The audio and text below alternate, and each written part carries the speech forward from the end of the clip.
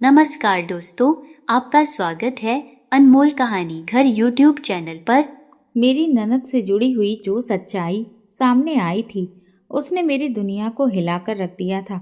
मैं हमेशा सोचती रहती थी कि आखिर वो हर 2 महीने के बाद कैसे गर्भवती हो जाती है।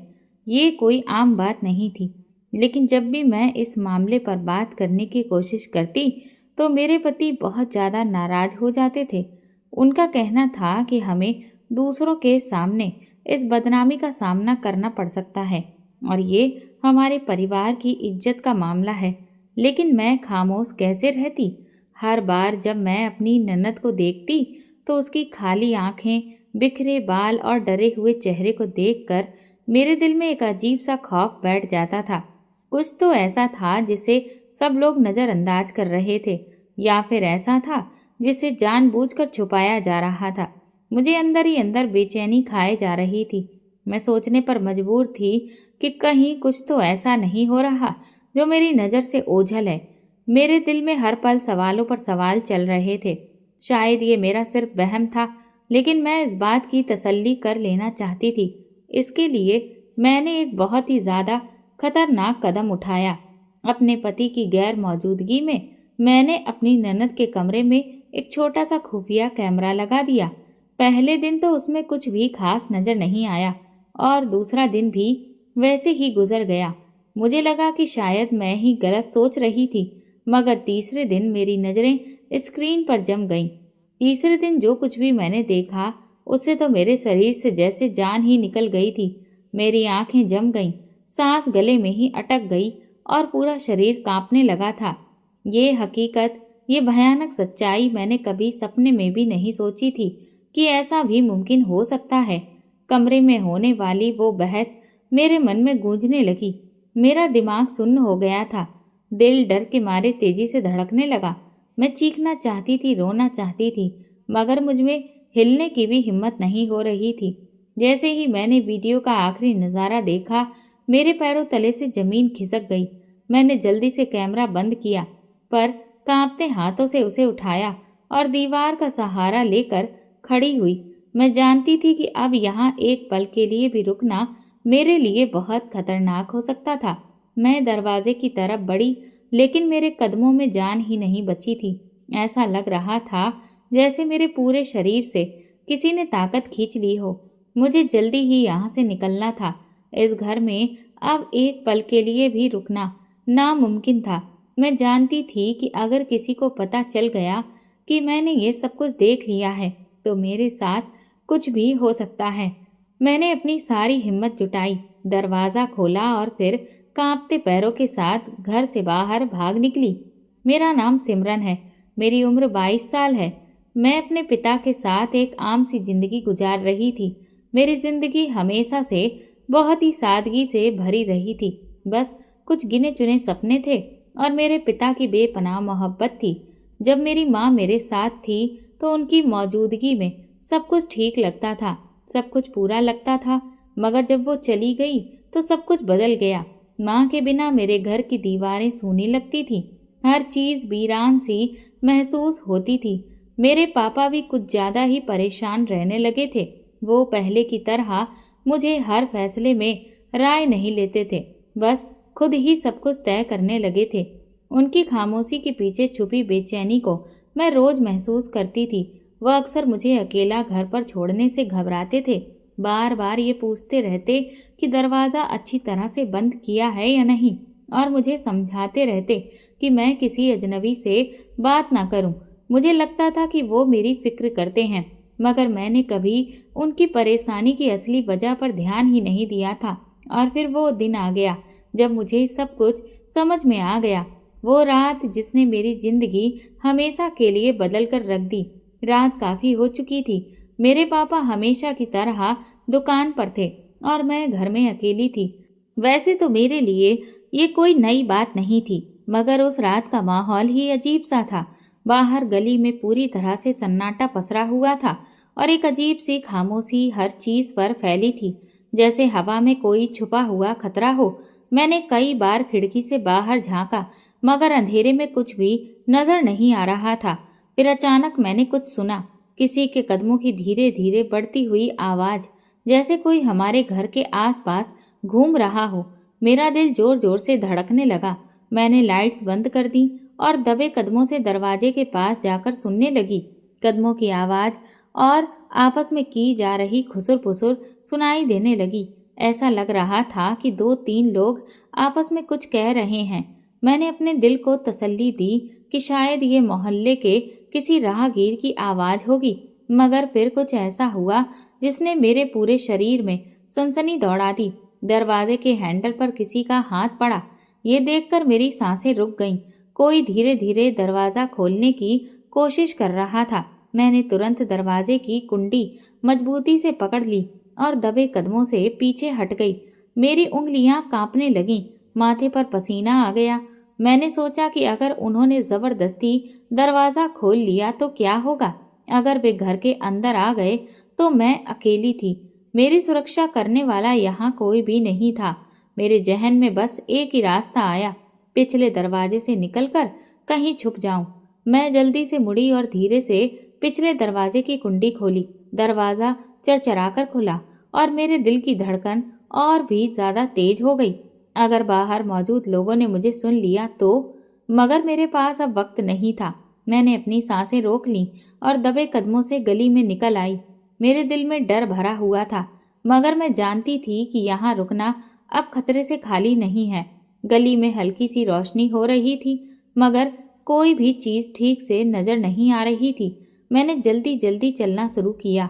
मैं अपनी सांसों की आवाज़ को सुनने की कोशिश कर रही थी और ये भी ध्यान दे रही थी कि कहीं कोई मेरे पीछे तो नहीं आ रहा। जैसे ही मैं ममता आंटी के दरवाजे पर पहुंची, मैंने उनका दरवाज़ा जोर जोर से बजाया। दरवाज़ा खुला और मैं तकरीबन अंदर गिर पड़ी। आंटी ने हैरानी से मुझे देखा। उस वक्त मैं हाँफ रही थी, मेरा चेहरा पसीने से भीगा हुआ था। मैंने जल्दी जल्दी उन्हें सब कुछ बताया और उन्होंने तुरंत ही मुझे अंदर बुला लिया। मैंने दरवाज़ा बंद होते देखा और तब जाकर मेरे दिल को कुछ सुकून मिला, मगर जहन में बस एक ही सवाल था, ये लोग कौन थे? क्या वाकई वे चोर थे या कुछ और? जब मेरे पापा आए तो मैं उनके साथ घर वापस लौटी। पापा को जब आंटी ने सारी बात बताई तो वे खामोश हो गए। उनकी आंखों में गुस्सा और परेशानी दोनों थे। वे मुझे घर वापस लेकर आए, मगर मैंने महसूस किया कि वे रास्ते भर कुछ सोच रहे थे। घर पहुंचकर उन्होंने दरवाजे के ताले चेक किए और फिर एक गहरी सांस ली। अगली सुबह पापा ने जो फैसला सुनाया उसने मेरे दिल में एक तूफान खड़ा कर दिया। बेटा, मैंने तुम्हारे लिए एक अच्छा रिश्ता देखा है। लड़का बहुत ही सुलझा हुआ है और बैंक में अच्छी नौकरी करता है। मुझे लगता है कि ये तुम्हारे लिए बहुत बेहतर होगा। मेरा दिल धक से रह गया। ये सब कुछ इतनी जल्दी? क्या पापा को लगा कि मैं अब इस घर में सुरक्षित नहीं हूँ? क्या वे मेरी सुरक्षा के लिए मुझे जल्द से जल्द विदा कर देना चाहते हैं? पापा, इतनी जल्दी? मैंने हल्की आवाज में कहा, जैसे खुद को भी यकीन ना हो कि ये सब मैं कह रही हूँ। पापा ने गहरी सांस ली, जैसे कोई बहुत भारी बोझ उनके सीने पर रखा हो। बेटा, तुम्हें मैं बेसहारा नहीं देख सकता। मैं नहीं चाहता कि मेरे बाद तुम्हें कोई सहारा ना मिले। मैं बस ये चाहता हूँ कि तुम एक अच्छे घर में चली जाओ जहाँ तुम्हारी सुरक्षा हो सके। मैंने पापा की आंखों में वही डर देखा जो मैंने माँ के आखिरी दिनों में उनकी आंखों में देखा था। वे अकेले रह जाने से डरते थे। वे मुझे असुरक्षा में नहीं देखना चाहते थे। मैं खामोश रही। मैं जानती थी कि जो रात मैंने गुजारी थी वो मेरे लिए एक चेतावनी थी। कुछ दिनों बाद वीरेंद्र और उसके पिता हमें देखने के लिए आए।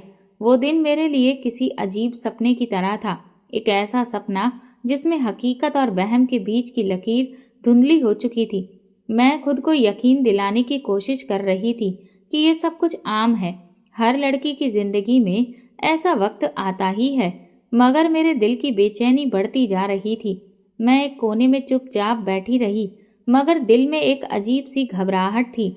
मैंने हमेशा सोचा था कि जब शादी का वक्त आएगा तो मैं खुशी और जोश महसूस करूंगी, मगर यहाँ मामला बिल्कुल उल्टा था। मेरी उंगलियां अपने आप ही मेरे दुपट्टे के किनारे को मरोड़ रही थीं और दिल किसी अनजाने डर में डूब रहा था।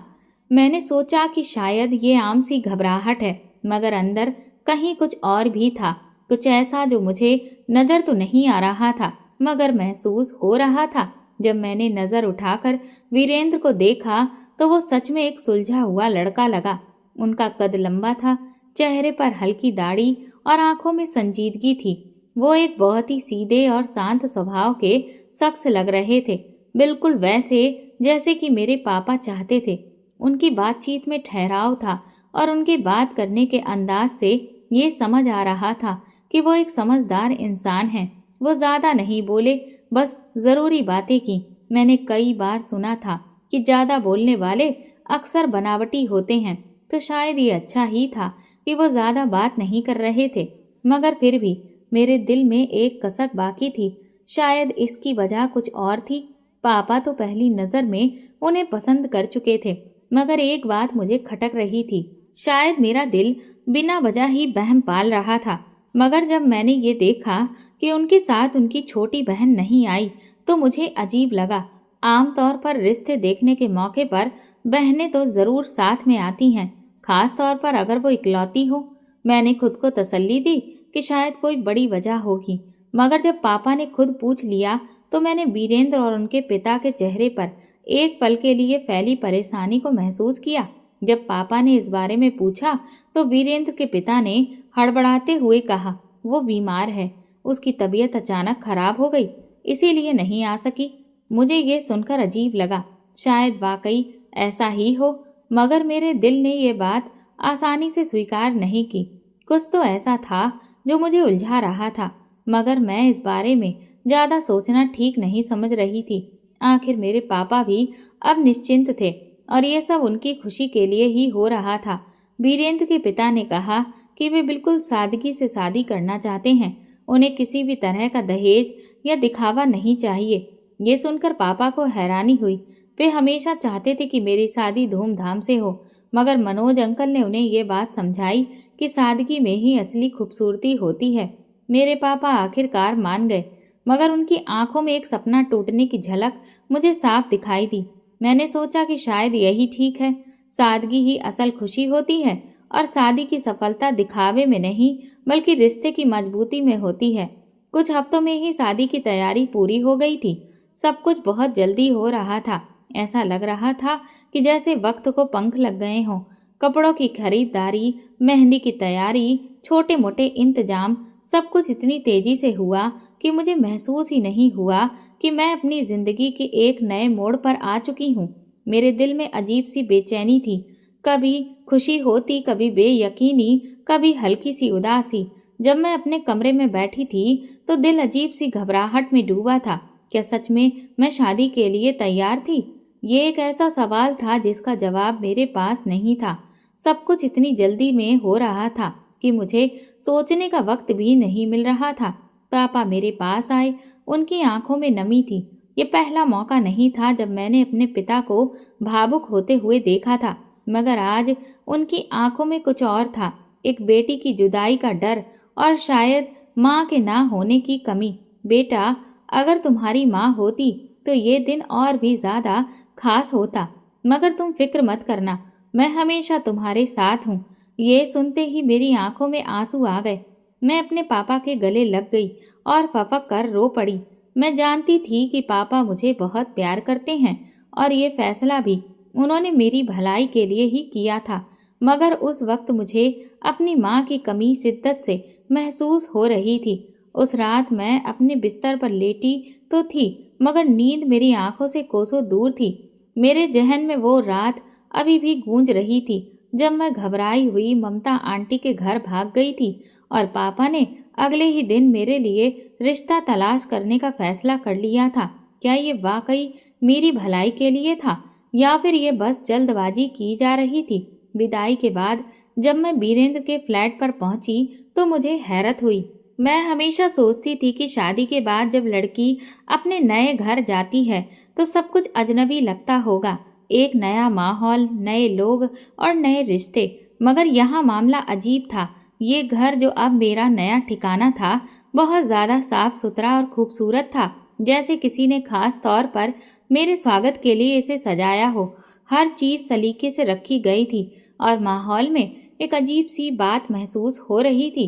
मेरा कमरा खास तौर पर दुल्हन के कमरे की तरह सजा था। गुलाब की पत्तियां, हल्की रोशनी और सफेद व सुर्ख रंग के पर्दे, सब कुछ किसी सपने की तरह लग रहा था। मैंने हल्की सी सांस ली और अपने अंदर की बेचैनी को कम करने की कोशिश की। सब कुछ जैसा होना चाहिए था बिल्कुल वैसा ही था। फिर भी मेरे दिल में कहीं न कहीं एक अजीब सा एहसास मौजूद था, जैसे कोई अनदेखा साया मुझे देख रहा हो। वीरेंद्र भी बहुत ही नरम मिजाज के लग रहे थे। वो मुझसे नरमी और प्यार से बात कर रहे थे। उनके लहजे में तमीज थी और वो एक सुलझे हुए इंसान लग रहे थे, जैसा कि पापा ने कहा था। मुझे लगा कि शायद मैं बिना वजह घबरा रही थी। शायद पापा ने सच में मेरे लिए एक बहुत अच्छा रिश्ता ढूंढा था। मगर फिर अगली सुबह कुछ ऐसा हुआ जिसने मेरी आत्मा तक को हिलाकर रख दिया। रात में मुझे गहरी नींद नहीं आई थी। नया घर था, नया माहौल और अजीब सी बेचैनी। मैं बार बार करवट बदलती रही और फिर तड़के सुबह न जाने कब मेरी आंख लग गई। सुबह सवेरे अचानक एक खौफनाक आवाज ने मुझे डरा दिया। ये कोई आम डर या दर्द की चीख नहीं थी, बल्कि उसमें एक दहशत और बेबसी थी। ऐसा लगा जैसे कोई बहुत ज्यादा तकलीफ में हो, जैसे किसी के साथ कुछ बहुत बुरा हो रहा हो। मैं एक झटके से बिस्तर से उठी। मेरे हाथ पसीने से भीग चुके थे। मैं तेजी से दरवाजे की तरफ लपकी। मेरा दिल धड़क रहा था, सांसें उखड़ रही थीं। मैंने नजर घुमाई तो देखा कि वीरेंद्र भी जाग चुके थे और वो मुझसे पहले ही दरवाजे की तरफ बढ़ चुके थे। उनके चेहरे पर परेशानी की झलक साफ दिख रही थी। ये आवाज कैसी है? मैंने वीरेंद्र से पूछा, जैसे मेरे दिल में कोई अनजाना खौफ उठने लगा हो। मैंने इससे पहले कभी ऐसी आवाज नहीं सुनी थी। ये कोई आम बात नहीं थी।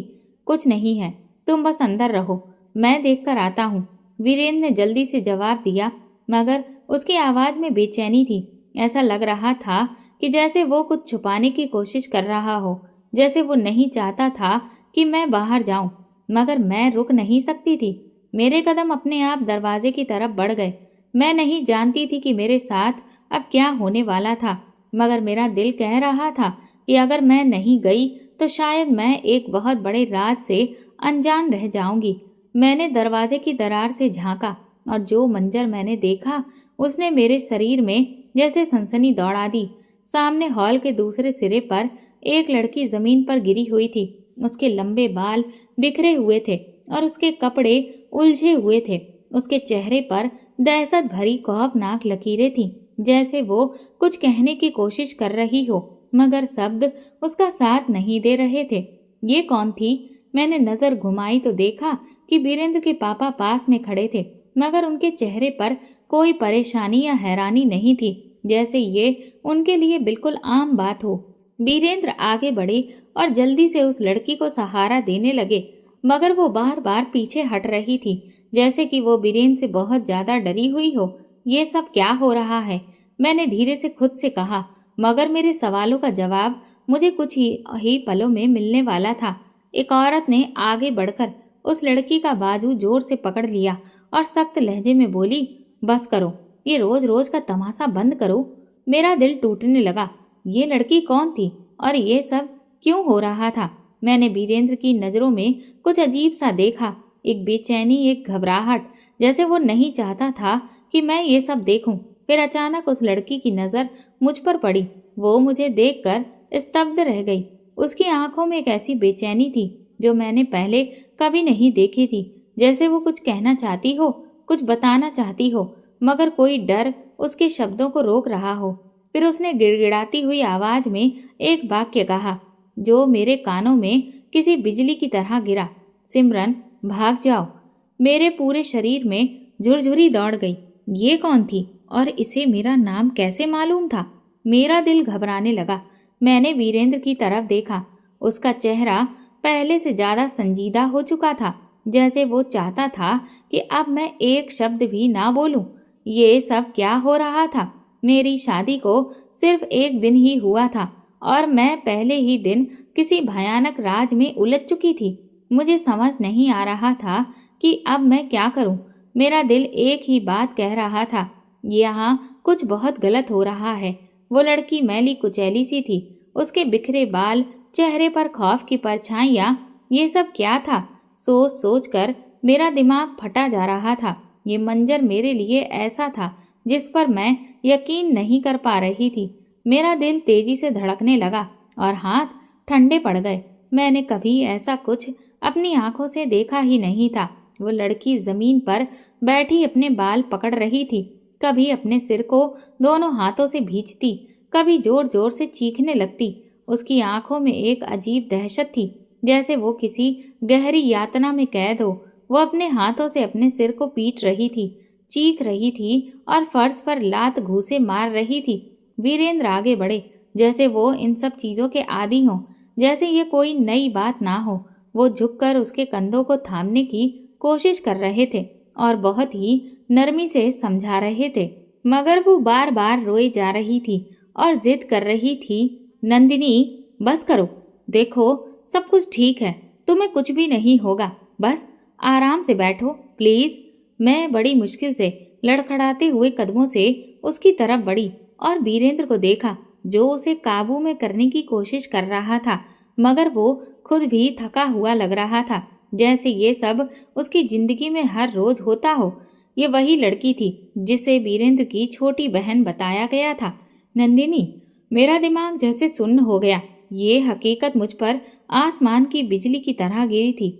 नंदिनी, वो तो आई ही नहीं थी शादी के दिन, और आज मैं उसे पहली बार देख रही थी, वो भी इस हाल में।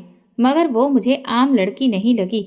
उसकी हरकतें बहुत ही अजीब थीं, जैसे कि वो पागल हो या किसी बहुत ही भयंकर खौफ से जूझ रही हो। मुझे लगा जैसे वो चीख नहीं रही थी, बल्कि किसी बर्दाश्त ना कर पाने वाली मुसीबत में पड़ी थी, जैसे वो अपने ही अंदर किसी ऐसी कैद में हो जहां से वो निकलना चाहती हो, मगर कोई दरवाजा ना हो। वीरेंद्र ने गहरी सांस ली, जैसे वो थक चुका हो, और मेरी तरफ पलट कर आया। ये कौन है और ये इस हाल में क्यों है? मेरी आवाज में शक था। मुझे लगा जैसे मेरा पूरा वजूद किसी अनजान खतरे की गिरफ्त में आ चुका हो। मैं शादी के बारे में जो कुछ सोच रही थी, जो सपने देखे थे, सब पल भर में चकनाचूर हो रहे थे। ये मेरी बहन नंदिनी है। वो बचपन से ही मानसिक तौर पर बीमार है। वीरेंद्र के शब्द मेरे दिमाग पर बिजली की तरह गिरे। मैंने हैरत से उसकी तरफ देखा और फिर उस लड़की की तरफ, जो अभी भी जमीन पर बैठी खुद से लड़ रही थी। माँ की मौत के बाद इसकी हालत और बिगड़ गई। पापा और मैंने इसे संभालने की पूरी कोशिश की, मगर ये हमारे लिए आसान नहीं था। वीरेंद्र की आवाज में थकान थी, जैसे वो ये सब कहकर खुद को भी समझाने की कोशिश कर रहा हो। अगर हम किसी भी लड़की के घर वालों को ये सब बताते तो शायद कोई भी अपनी बेटी की शादी हमारे घर में नहीं करता। इसीलिए हमने ये बात तुम लोगों से छुपाई थी, मगर मैं जानता था कि तुम समझदार हो, तुम इस सच्चाई को कबूल कर लोगी। मेरी टांगें कांपने लगीं। मुझे लगा जैसे मेरे पैरों तले से जमीन खिसक रही हो। तुमने ये बात छुपाई? मेरी आवाज कांप रही थी। मैं सदमे में आ गई थी। तो फिर इसका इलाज? हमने इसका इलाज बहुत करवाया, मगर कोई फायदा नहीं हुआ। वीरेंद्र ने कंधे झटक दिए, जैसे वो खुद भी बेबस हो।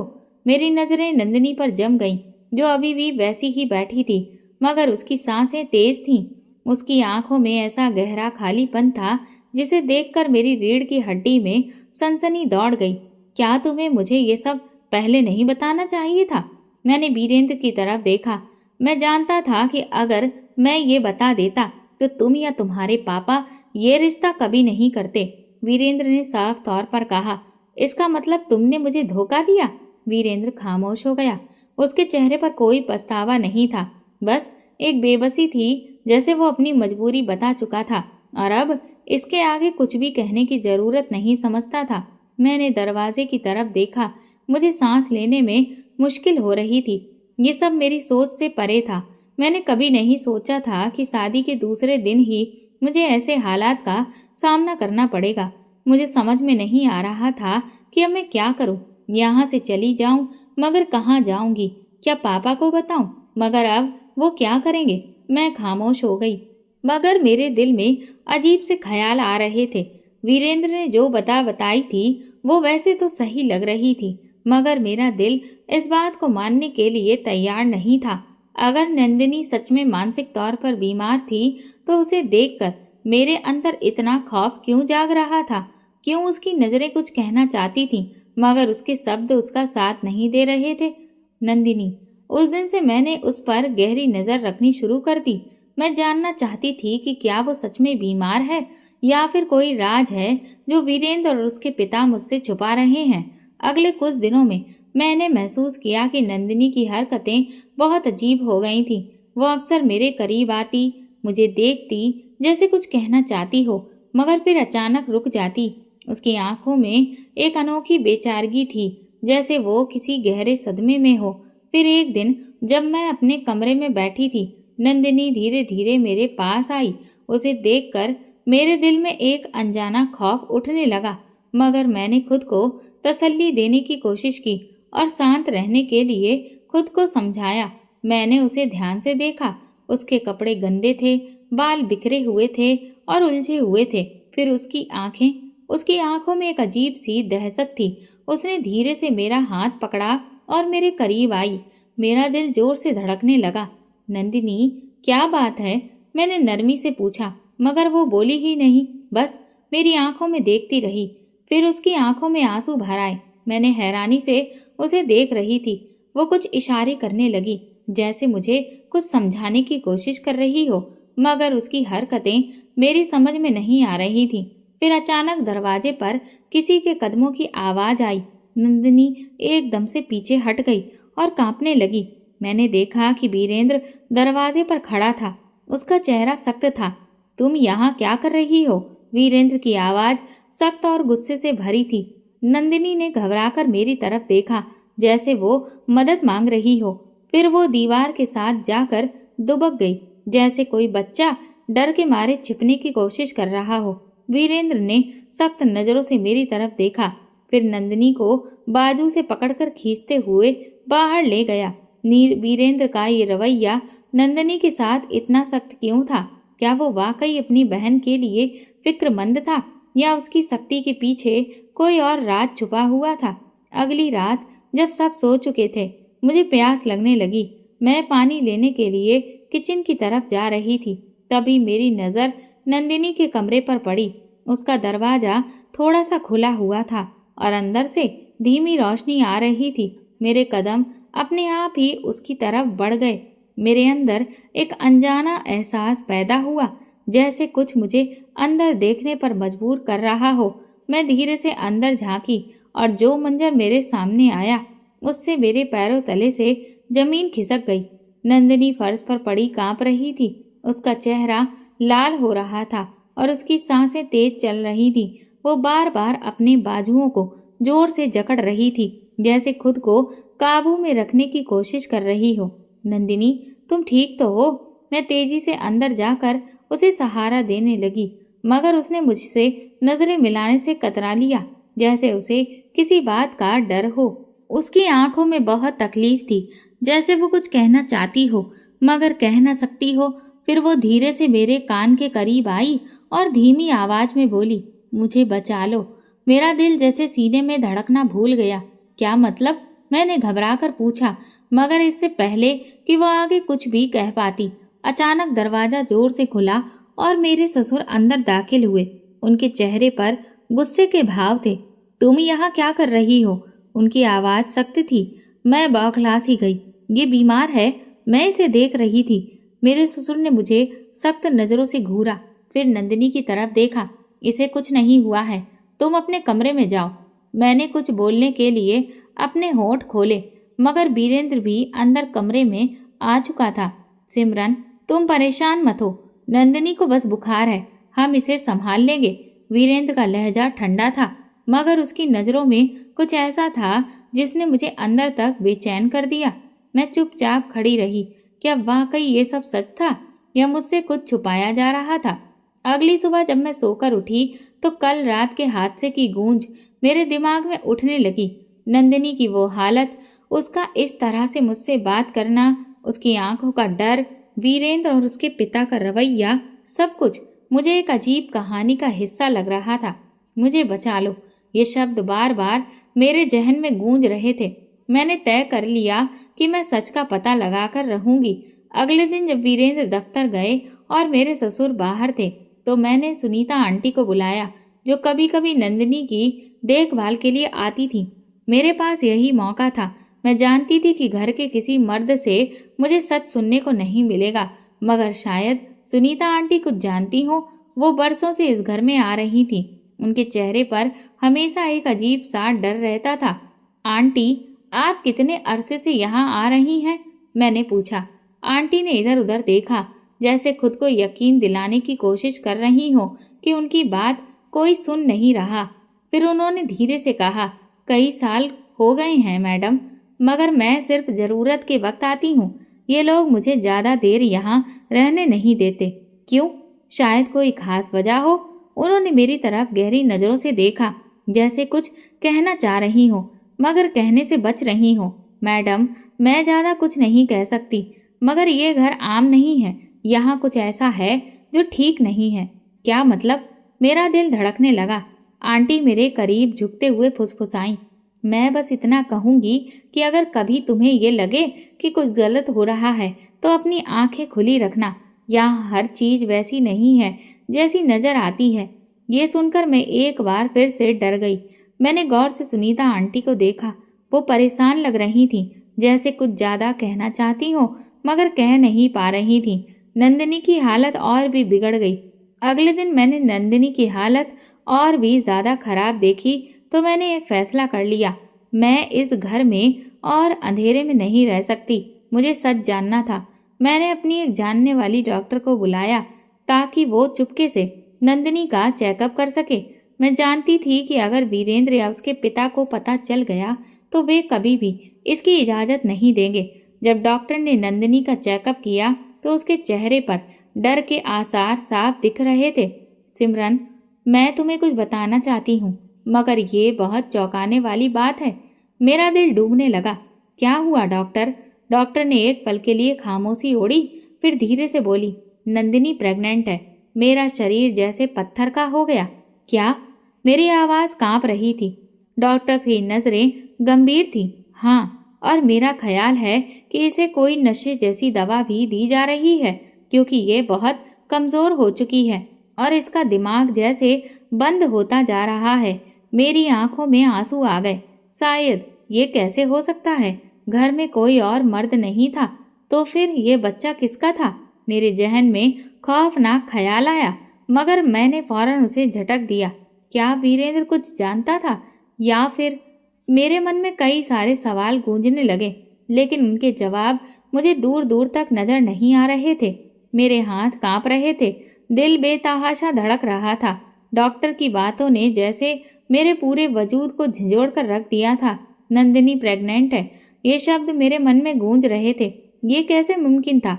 नंदिनी घर से बाहर नहीं जाती थी, वो किसी से मिलती नहीं थी, तो फिर आखिर ये सब कैसे? मुझे लगा जैसे मेरा दिमाग फट जाएगा। सिमरन, तुम ठीक हो? डॉक्टर ने मेरे कंधे पर हाथ रखा। मैं जैसे किसी नींद से जागी। ये कैसे हो सकता है? मेरी आवाज़ कांप रही थी। डॉक्टर ने मेरी आंखों में देखा, जैसे कुछ सोच रही हो। फिर वो धीरे से बोली, मेरे ख्याल में नंदिनी के साथ कुछ बुरा हुआ है, क्योंकि वो अपने होशो हवास में नहीं है।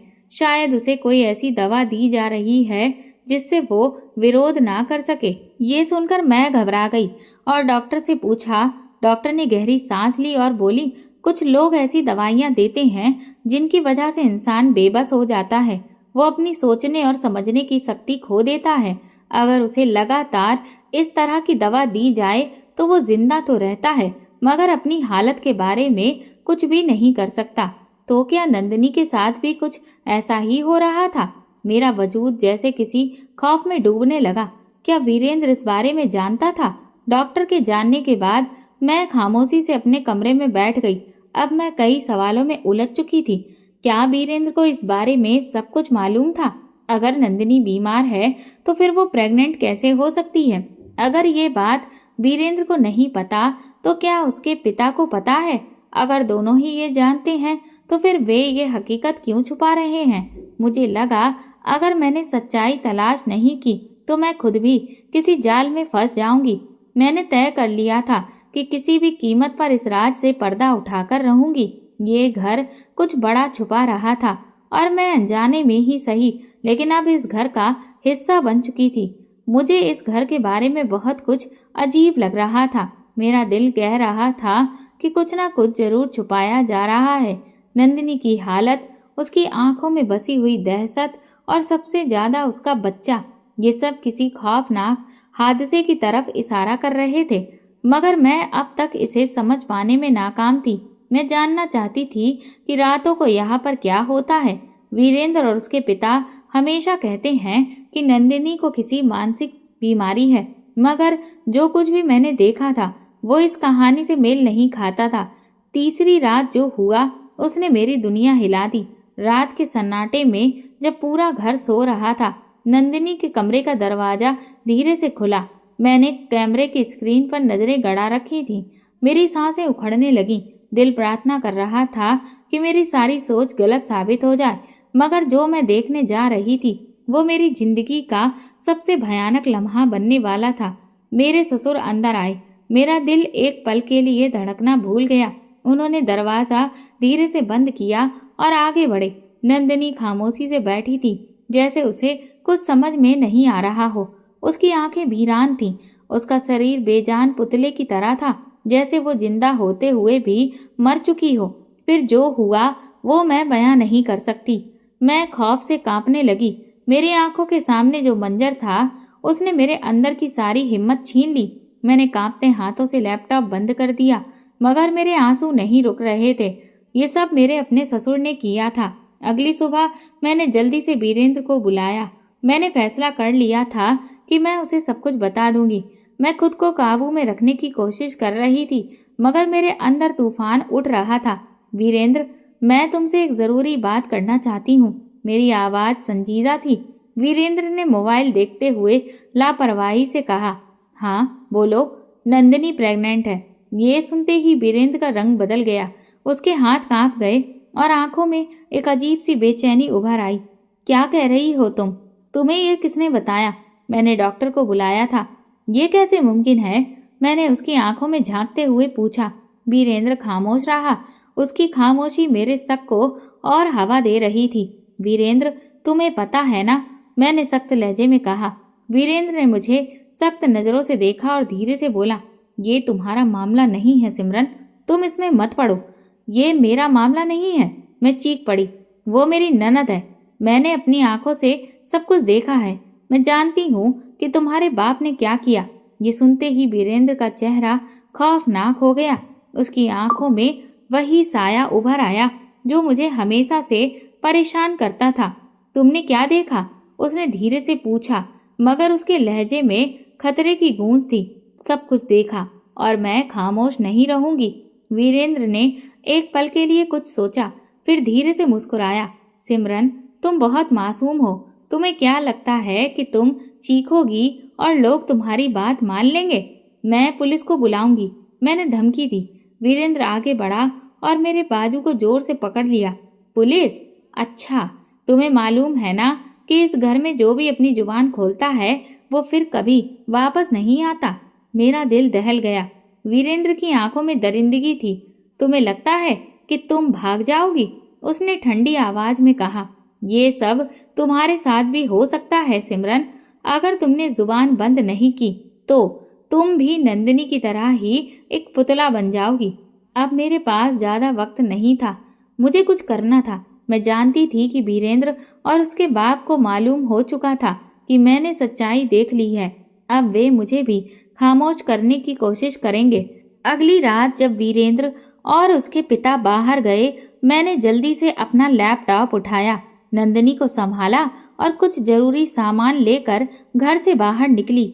मेरी सांसें उखड़ रही थीं, दिल जोर जोर से धड़क रहा था, खौफ मेरी नस नस में दौड़ रहा था, लेकिन मैं रुक नहीं सकती थी। अब वक्त बहुत कम था और खतरा बहुत ज्यादा। अगर उन्होंने मुझे देख लिया तो इस ख्याल ने मेरे दिल को दहला दिया, मगर मैं अपने कदम नहीं रोक सकती थी। गली अंधेरे में डूबी हुई थी। मैंने अपनी शॉल को मजबूती से लपेट लिया, नंदिनी की कमजोर कलाई थाम ली और तेज तेज कदमों से चलने लगी। नंदिनी बिल्कुल निडाल थी, जैसे उसके अंदर की आत्मा खत्म हो चुकी हो। वो बड़ी मुश्किल से मेरे साथ कदम मिला रही थी, मगर मैंने उसे सहारा दिया। बस थोड़ा और नंदिनी, हम सुरक्षित जगह पहुंचने वाले हैं। मैंने धीरे से भगवान से प्रार्थना की। मैं नंदिनी को लेकर सीधे अपने पिता के घर पहुंची। पापा रात के इस वक्त दरवाजे पर मुझे खड़े देखकर हैरान रह गए। मैं बिना कुछ कहे दरवाजे की दहलीज पार कर गई और नंदिनी को सोफे पर बिठाया। सिमरन, ये सब क्या हो रहा है? पापा की आवाज में परेशानी थी। पापा, मुझे आप पर भरोसा है और मैं अब जो कुछ भी बताने जा रही हूँ शायद आपको उस पर यकीन ना हो, मगर मैं सच बोल रही हूँ। फिर मैंने सब कुछ बयान कर दिया। नंदिनी की हालत, उसका बच्चा, मेरे ससुर की दरिंदगी और खुफिया कैमरे में कैद भयावह सच, ये सब सुनकर पापा दंग रह गए। ये कैसे हो सकता है? उनकी आवाज कांप रही थी। पापा, मैंने अपनी आंखों से सब कुछ देखा है। हमें पुलिस को जानकारी देनी होगी। पापा ने कांपते हाथों से फोन उठाया और पुलिस को बुला लिया। पुलिस जल्दी ही हमारे घर पहुंच गई। मैंने खुफिया कैमरे की रिकॉर्डिंग उन्हें दे दी। उन्होंने हर चीज तसल्ली से सुनी, मगर फिर जो सच सामने आया वो और भी ज्यादा खौफनाक था। ये पहला मौका नहीं था जब उन लोगों ने किसी लड़की को इस तरह से अपना शिकार बनाया था। हर 2-3 साल के बाद वे किसी नई जगह जाकर एक नई लड़की को अपने जाल में फंसाते, उससे शादी करते और फिर वही जुल्म करते जो नंदिनी पर हुआ था। ये सुनकर मेरे होश उड़ गए। क्या ये सच है? हाँ, पुलिस इंस्पेक्टर ने कहा। जब हमने नंदिनी के दस्तावेज देखे तो हमें पता चला कि वो वीरेंद्र की बहन नहीं बल्कि उसकी पिछली पत्नी थी। लेकिन वो पागल क्यों है? मैंने अविश्वास से पूछा। इंस्पेक्टर ने गहरी सांस ली, फिर धीरे से कहा, क्योंकि वीरेंद्र और उसके बाप ने उसे नशे के ढेर सारे इंजेक्शन दिए थे ताकि वो ये सच्चाई किसी को भी ना बता सके। मेरी आंखों में आंसू आ गए। ये लोग दरिंदे हैं सिमरन जी, इंस्पेक्टर ने कहा। हमें अब इस मामले की गहराई से जांच करनी होगी, लेकिन हमें लगता है कि ये दोनों पहले भी ये सब कुछ कर चुके हैं। पुलिस ने वीरेंद्र और उसके पिता को गिरफ्तार कर लिया। जब वीरेंद्र को गिरफ्तार किया गया तो उसने सब कुछ साफ साफ बता दिया। हाँ, मैंने ये सब किया है और मैं इसे दोबारा भी कर सकता था, वीरेंद्र ने बेहिचक कहा। तुमने कितनी और औरतों के साथ ऐसा किया? इंस्पेक्टर ने सवाल किया। वीरेंद्र हंस पड़ा। हर बार मैंने यही खेल खेला। मैं खुश था कि हमने तुम्हें बीच में फंसा लिया, मगर तुम बहुत चालाक निकली सिमरन। ये सुनकर मेरे बदन में झुरझुरी दौड़ गई। जैसे जैसे पुलिस की तहकीकात आगे बढ़ी, जो सच सामने आया वो मेरी सोच से भी कई ज्यादा भयावह था। ये सिर्फ नंदिनी के साथ होने वाला जुल्म नहीं था, बल्कि एक ऐसा अपराध था जो सालों से जारी था। ये दोनों बाप बेटे का धंधा था। ये लोग बेसहारा लड़कियों को अपने जाल में फंसाते, उन्हें गर्भवती करते और उनके बच्चों को विदेश में बे औलाद जोड़ों को बेच देते। वे हमेशा ऐसी लड़की की तलाश में रहते जो या तो बहुत गरीब होती या बेसहारा। मेरा दिल भय से कांप उठा। न जाने अब तक कितनी महिलाओं की जिंदगी ये बर्बाद कर चुके होंगे। पुलिस ने और तेजी से छानबीन शुरू की। पता चला कि वीरेंद्र की 5 पत्नियां तो गायब थीं और उन्हें पागल खाने में भर्ती करवा दिया गया था। जब वे लड़कियां उनके काम की नहीं रहती थीं, तो वे उन्हें पागल घोषित करवा देते थे। ये जानकर मेरी सांसें अटक गईं। क्या मैं भी इसी अंजाम का शिकार होने वाली थी? अगर मैंने सही समय पर कुछ ना किया होता तो मेरी कहानी भी वही होती जो नंदिनी और बाकी बदकिस्मत लड़कियों की थी। पुलिस ने नंदिनी के परिवार वालों को तलाश करने के लिए तहकीकात तेज कर दी। मेरे पापा ने भगवान का धन्यवाद किया कि उन लोगों ने अभी तक मुझे कोई नुकसान नहीं पहुंचाया था। मैं अपने पिता के साथ बैठकर सोचती रही, अगर मैं खामोश रहती, अगर मैं सच्चाई जानने की कोशिश ना करती, अगर मैं उन लोगों से डर जाती, तो आज मैं कहाँ होती। लेकिन सबसे बड़ा सवाल ये था कि ये सिलसिला कब से जारी था? क्या अभी भी कुछ लड़कियां उनके शिकंजे में फंसी हुई थीं? मैं जानती थी कि ये मामला सिर्फ वीरेंद्र और उसके बाप के पकड़े जाने से हल नहीं होगा। पुलिस को उनके पूरे नेटवर्क तक पहुंचना था ताकि आगे किसी मासूम लड़की की जिंदगी बर्बाद ना हो। मैंने तय कर लिया कि मैं इन जालिमों के खिलाफ अपनी आवाज उठाऊंगी। मैं उन बेसहारा लड़कियों के लिए कुछ करूंगी जो किसी न किसी वीरेंद्र जैसे दरिंदे के जाल में फंसी हुई थी। ये मेरा बदला था, सिर्फ अपने लिए नहीं बल्कि उन तमाम लड़कियों के लिए जिनकी आवाज कभी किसी ने नहीं सुनी। कई हफ्तों तक पुलिस की छानबीन चलती रही। केस अदालत में गया। वीरेंद्र और उसके बाप को उम्र कैद की सजा हुई। नंदिनी को अस्पताल ले जाया गया, जहां उसे इलाज मिला। कुछ महीनों बाद उसकी हालत बेहतर होने लगी। वो बोलने लगी। उसने अपनी खोई हुई जिंदगी को वापस पाने की शुरुआत कर दी थी और मैंने अपनी जिंदगी को एक नए मकसद के साथ जीने का फैसला किया। मैंने सोच लिया कि मैं उन महिलाओं की मदद करूंगी जो घरेलू हिंसा और दरिंदगी का शिकार होती हैं। अगर मैंने सुनीता के इशारे को नजरअंदाज कर दिया होता, अगर मैंने कैमरा ना लगाया होता, अगर मैंने खामोशी से वीरेंद्र की बात मान ली होती, तो आज मैं भी किसी पागल खाने में कैद होती या शायद मौत के घाट उतार दी गई होती। जिंदगी कभी भी उतनी सीधी नहीं होती जितनी हमें नजर आती है।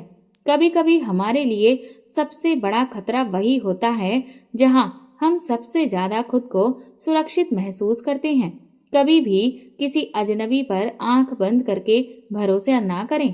दोस्तों, अगर आपको हमारी कहानी पसंद आई हो तो कमेंट करके जरूर बताइए। धन्यवाद।